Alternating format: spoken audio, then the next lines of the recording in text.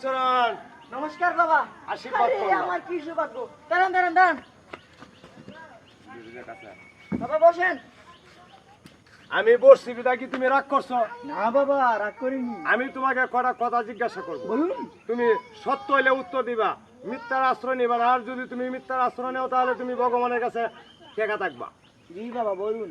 তুমি মানুষকে অত্যন্ত ভালোবাসো, কিন্তু তোমাকে মানুষে ভালোবাসে না, কথাটা সত্য? সত্য। তুমি সারাদিন কাজ করো, বাড়িতে গেলে তোমার বেটে বাদ দিতে চায় না, কথাটা কি সত্য? 100%। তুমি রাগ করছো? না।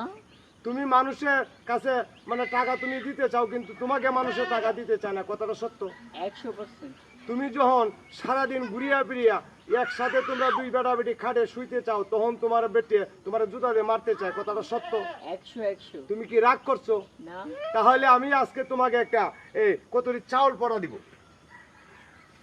এই চাউল পড়াটা যে আমি দিব, টাকা পয়সা লাগবে না।